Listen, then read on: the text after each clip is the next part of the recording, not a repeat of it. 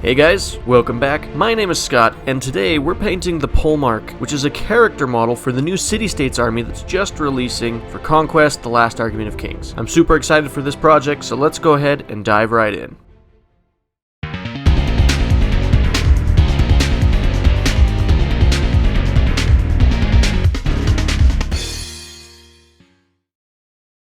To get this project ready for painting, I've primed it using Ultra Matte Black Paint Plus Primer from Rust-Oleum. You can use any black primer that you want.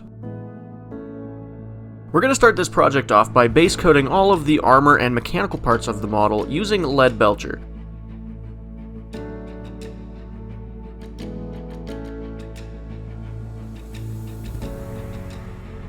We're then going to completely pivot our attention towards the cape and clothing on the model, and we're going to base these using Sotek Green. We're doing that at this stage of the project because it's going to be easier with the design of this model to do the cape first.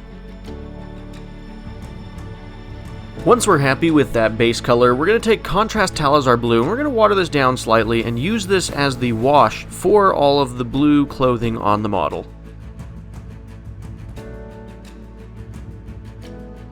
While that shade is drying, we're going to take Contrast Basilicanum Grey, and we're going to use this to lightly shade all of the armor we painted with Leadbelcher earlier on.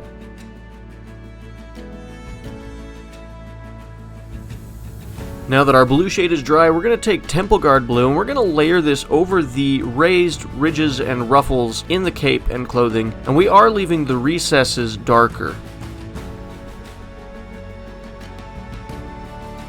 Now we're going to take Baharroth Blue, and we're going to use this as a fine edge highlight color for all the clothing on the model, and we are just focusing on catching the sharpest ridges on the model. Now that we're done with the cape, it's time to work on the armor, and we're going to take Balthasar Gold, and we're going to base coat all of the armor that's not been previously painted using Leadbelcher.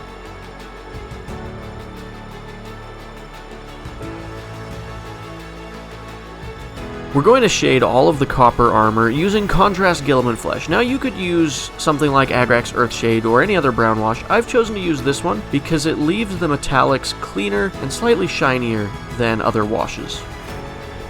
Once we've allowed that shade to dry, we're going to take a mixture of 2 parts copper from Acryl and 1 part Gahenna's Gold from Citadel, and we're going to layer this over all the flat surfaces of the copper armor on the model. Our next step is to take Ironbreaker, and we're going to layer this over all of the flat surfaces of the silver armor on the model.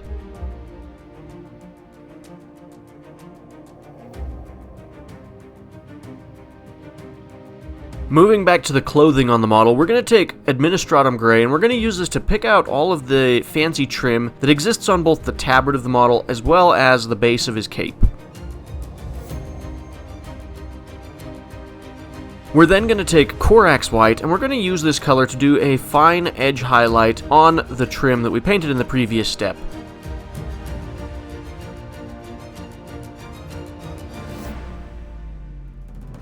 Now we're going to take Mournfang Brown, and we're going to use this to paint the leather pouch that's on the hip of the model, as well as the trim of the tassets that are hanging from his waist.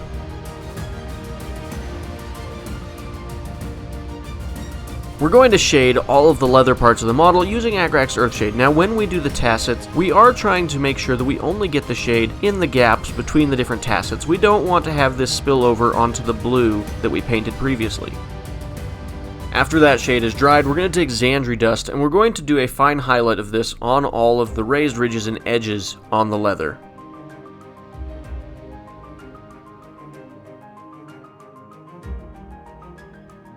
Now it's time to start working on the skin that appears on the face of the model. We're going to base this using Cadian Fleshtone. Just be careful not to get this on the helmet.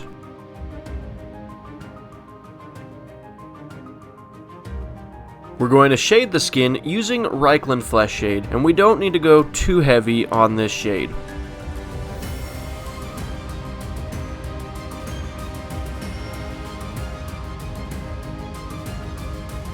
Now, when it comes to working on the eyes, what you're going to want to do is you're going to take and use a white paint of your choice to paint the eye. You use the skin color to then reestablish the border around the eye, and then attempt to put a black dot in the very center of the eye. Our final step in this project is going to be to take Kislev Flesh, and we're going to use this to layer over all of the raised ridges on the face.